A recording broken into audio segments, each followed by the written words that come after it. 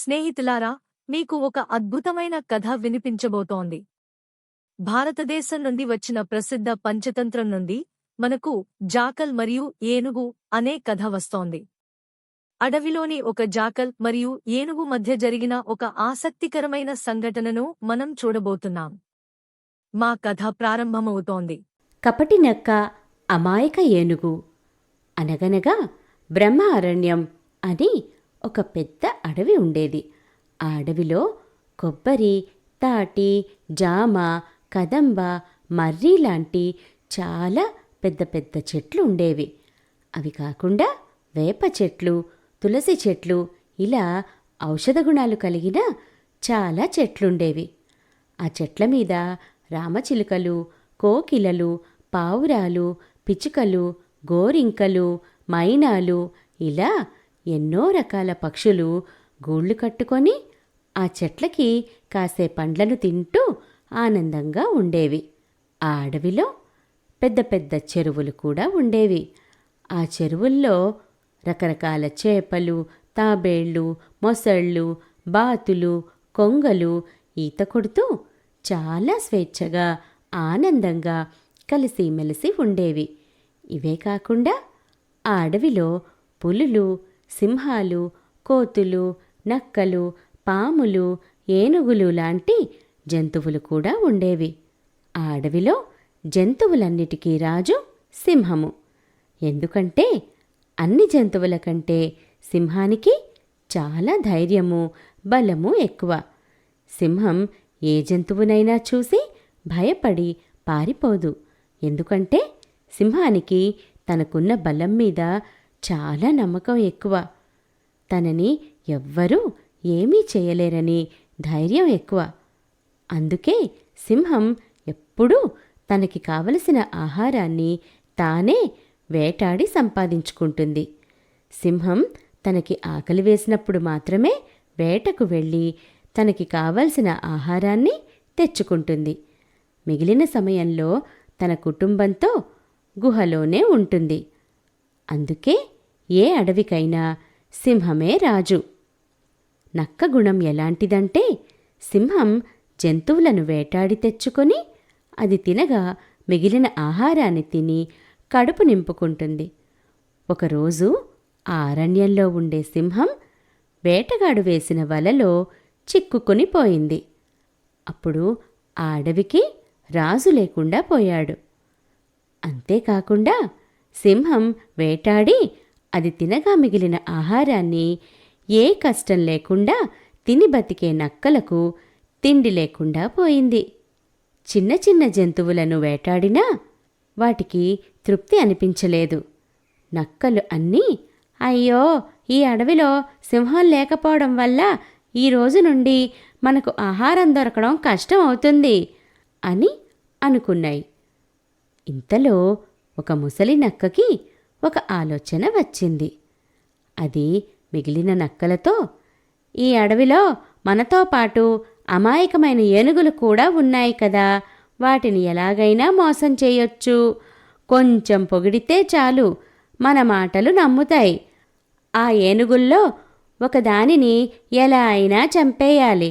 అప్పుడు కొన్ని రోజుల వరకు మనం ఆహారం కోసం వెతుక్కోవలసిన అవసరం ఉండదు అని అంది. ఆ ఆలోచన మిగిలిన నక్కలకి కూడా నచ్చింది. సరే, అలాగే చేద్దాం అని అన్నాయి. అందుకే నక్క బుద్ధి అంటారు. అడవిలో అన్ని రకాల జంతువులు ఉన్నప్పటికీ వాటి ఆహారం అవే సంపాదించుకుంటాయి.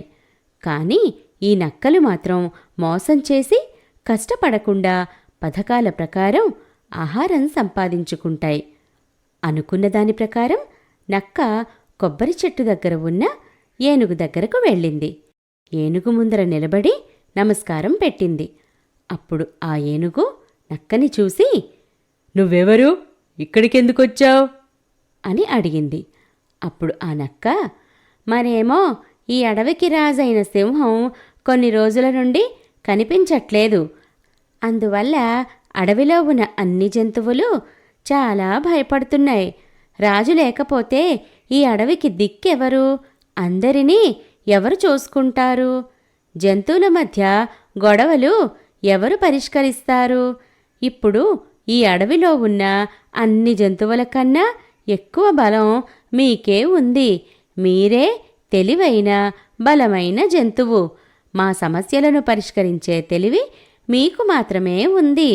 మీకు ఉన్న ఇంత పెద్ద ఆకారం ఈ అడవిలో ఇంకే జంతువుకి లేదు. అన్ని జంతువులకి మీరంటే భయం కూడా ఉంది. ఈ అడవిలో దేనినైనా శాసించే శక్తి సింహం తర్వాత కేవలం మీకు మాత్రమే ఉంది. మీకు రాజయ్యే అన్ని గుణాలు ఉన్నాయి. ఇంక మీరు ఏమీ ఆలోచించకుండా నా వెనక రండి. మీకోసం అడవిలో మిగిలిన జంతువులన్నీ ఎదురు చూస్తున్నాయి అని నక్క మాయమాటలు చెప్పింది.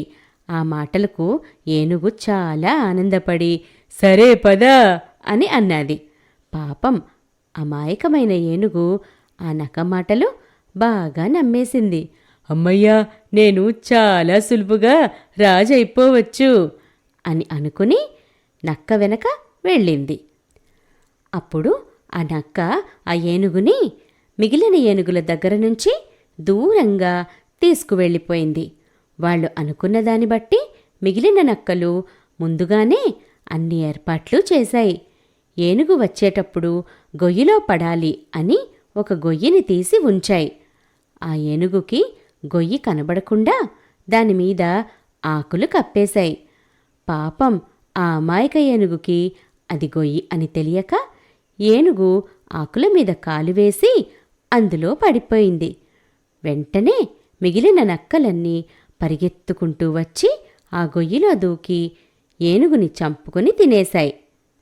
ఈ కథలో నీతి ఏమిటంటే, మన గురించి మనం పూర్తిగా తెలుసుకోకుండా చెప్పుడు మాటలు విని మోసపోకూడదు. ఏనుగు నిజంగానే చాలా బలమైనది, కానీ సింహంలా వేట రాదు కదా. ఏనుగు ఎప్పుడూ దొరికినది తిని సంతోషంగా ఉంటుంది. కానీ ఆ చిన్న విషయాన్ని తెలుసుకోలేక ఏనుగు నష్టపోయింది. కాబట్టి మనం కూడా ఎటువంటి పొగడ్తలని విని మోసపోకూడదు. ఈ కథ మనకు బోధించే విషయం ఏమిటంటే, స్నేహం అనేది ఒక గొప్ప విలువ మరియు మనం దానిని ఎల్లప్పుడూ గౌరవించాలి. మీరు మరిన్ని కథలను అనుభవించాలనుకుంటే ఆపిల్ లేదా ఆండ్రాయిడ్ యాప్ స్టోర్ల నుండి స్టోరీ వేవ్స్ యాప్ను డౌన్లోడ్ చేయండి. స్టోరీ వేవ్స్ సభ్యత్వం నెలకు $1 కంటే తక్కువగా ఉంటుంది. మీ కుటుంబానికి నాణ్యమైన కథలను తీసుకురావడానికి ఇది ఒక చాలా సరసమైన మార్గం. అన్ని కొత్త కథలు స్టోరీ వేవ్స్ యాప్లో అందుబాటులో ఉన్నాయి మరియు అత్యంత ఉత్సాహం కలిగించే కంటెంట్ యాప్లో మాత్రమే అందుబాటులో ఉంటుంది. మీరు యూట్యూబ్ ఛానల్ను సబ్స్క్రైబ్ చేసుకోండి మరియు ఇన్స్టాగ్రామ్, టిక్టాక్ మరియు స్పాటిఫైలో స్టోరీ వేవ్స్ను ఫాలో అవ్వండి. రాబోయే కంటెంట్ గురించి అప్డేట్లను పొందండి. మీరు చూసినందుకు ధన్యవాదాలు.